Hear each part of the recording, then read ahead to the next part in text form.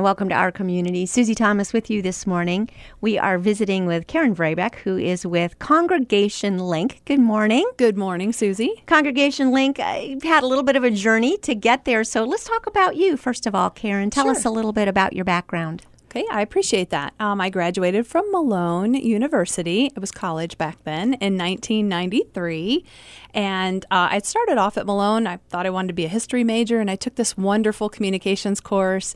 And I was like, this is for me. And I stayed in the communications journalism, and following graduation, I worked in hospital PR for a few years for a couple of our local hospitals, and then found a wonderful job at the Plain Local School District, and I was their PR director for about 13 years. You know what, let's talk about that, because you did start some very, very cool things that are continuing to this day. Your Plain Partners was a very neat thing, I know. Talk about that experience a bit. That was a great experience, and that position allowed me to grow, and I was able to grow the position. It wasn't it was more of a volunteer coordinator, and then when I came in and brought in some kind of professional public relations background to it, and with the new Glen Oak High School campus, opened up an opportunity for the Plain Local School District to really reach out to the community and have them be part of that Glen Oak campus. We did some exciting things. There was a lot of collaboration there. The Plain Partners were folks that had a presence on the campus or had a connection with our students, and we would meet with them monthly. And we didn't just talk at them. We allowed them to present their ideas, which further spawned tons of other collaborations beyond our wildest dreams. And I thought that was a great program. Another program I had Faith in Plain, which we had reached out to our clergy members, especially in our time of need, maybe being on the ballot, which is kind of embarrassing. And they said, hey, why don't you meet with us when you're not on the ballot? So that started a little group that we met with Reverend Kevin Thomas and Rabbi Spitzer, and I started a group where we met with clergy on a monthly basis. And that'll tie into kind of what I'm doing now, fast forward 15 years.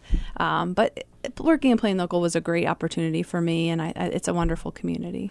I love that you are able to legally merge the faith in Plain. That public schools does not mean that you are severing every tie with the faith community. You want to talk about that a bit? Yeah, it was a great partnership, and it allowed the Plain Local School District to meet with the faith-based organizations in the community and just partner with them on all kinds of projects. And whether that being we adopted a school and the churches helped them in time of need, or if we had a crisis, we had a list already available that we could call on folks to come in and meet with our students during that crisis. We had a blessing of the backpacks, and we did that on a Sunday afternoon and allowed folks to just come in on their own time. We also had a presentation. It was called Faith Traditions. So all sixth graders learn about world religion. And what we did is we allowed the faith community to come in and put a booth up to talk about their tradition in the community and their history. Mm-hmm. And it was a great connection for us, for our students to kind of live and breathe that they are part of your history and they are part of your community, and you can separate that church and state, but still realize that these organizations exist for the betterment of everyone. And it was a great experience. We had presentations from Judaism, and we had a Muslim and Christianity, and they brought artifacts from each of their religion that the students could try out and blow the shofar, and it was a great collaboration, and I think it was really neat, and I'm glad that the Plain Local School District kind of took a little bit of a risk, and parents really did appreciate it, and they were thankful that the students had that kind of hands-on experience to go with that unit. And as they say, as long as there are tests, there will be prayer in schools. That is totally true. Isn't it? Totally true. Yes. Truer words never spoken. So those relationships that you built through the Plain Partners and Faith in Plain, you really got to see some needs going on in the churches with whom that you were working. That's correct. Talk about that a little bit. I would say I had a little bit of a bug after being 13 years in Plain that, I kind of always wanted to own my own company and wondered what that would feel like, and really gear my skills and talents in a direction to serve those folks that have given me so much. And I started Community Link, which is my main company, in 2015. And I had a couple of school districts that I work with. And then I started working with a church in the area. A congregation member knew me from Plain and said, "Hey, we're struggling with our website and we're not quite sure where to go. And this is the amount of funds that we have." So it really started out that I just investigated companies that are geared towards faith organizations with ready content management systems. So that's the system you use on the back end to update your websites. And then moved their content over from their old website to their new.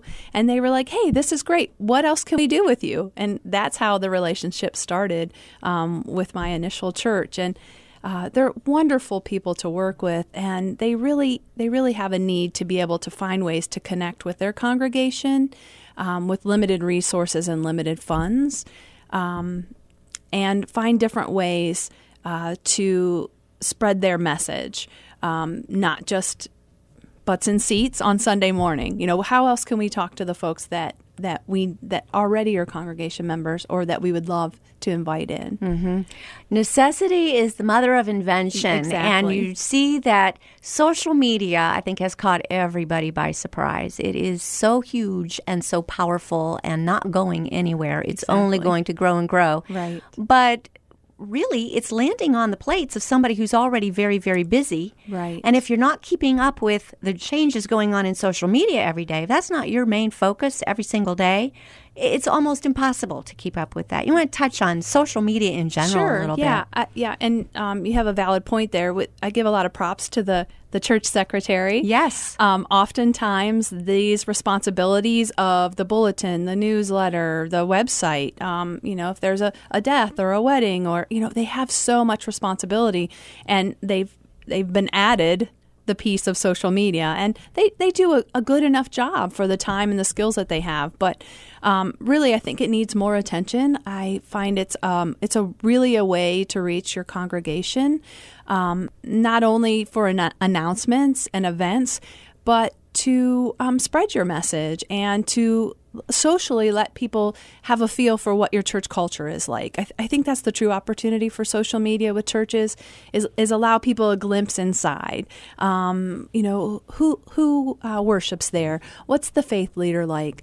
The two churches that I work with now, they often can put a blog post about a happening that, something that just happened over the weekend, whether it be a tragedy or a stance that a politician may be taking and their response to that. And I think people really need that. They're looking for how does my faith leader respond to this? And how can they help lead me down the path? And that's what social media is about. It's about building that relationship, giving insight to culture, and being able to respond quickly with your message or your stance, or even if it's a prayer. Let me share this prayer with you based on what has happened over the weekend. Or it's really a powerful tool to reach our communities. When you think that the folks behind Facebook, Twitter, and so forth are not necessarily people of faith at all, in fact, quite the opposite, and yet they have developed the greatest tool ever for prayer requests. Exactly. The greatest tool ever for communicating and being able to share and evangelize even. Exactly. Holy smokes, I know that's not what they were intending, Right. but haven't you seen that this is a way that this can be used in amazing ways? Yeah, I mean, Facebook, YouTube especially, I'm helping my churches produce a lot of short videos, whether it be someone can't attend church and you have your full sermon, or it's a snippet of a really awesome event that you had and you just want to share that message. The youth of the youth pastors and our youth directors are really using Twitter and Snapchat just to be able to connect with their youth. They have to find them where they're at, and fun, great ways of connecting. It's really changed the way that we can accept prayer requests and talk to folks about what your message is in particular for your church and your congregation. It's really exciting. It's very exciting. You probably find that some just get it and some need to be shown the potential.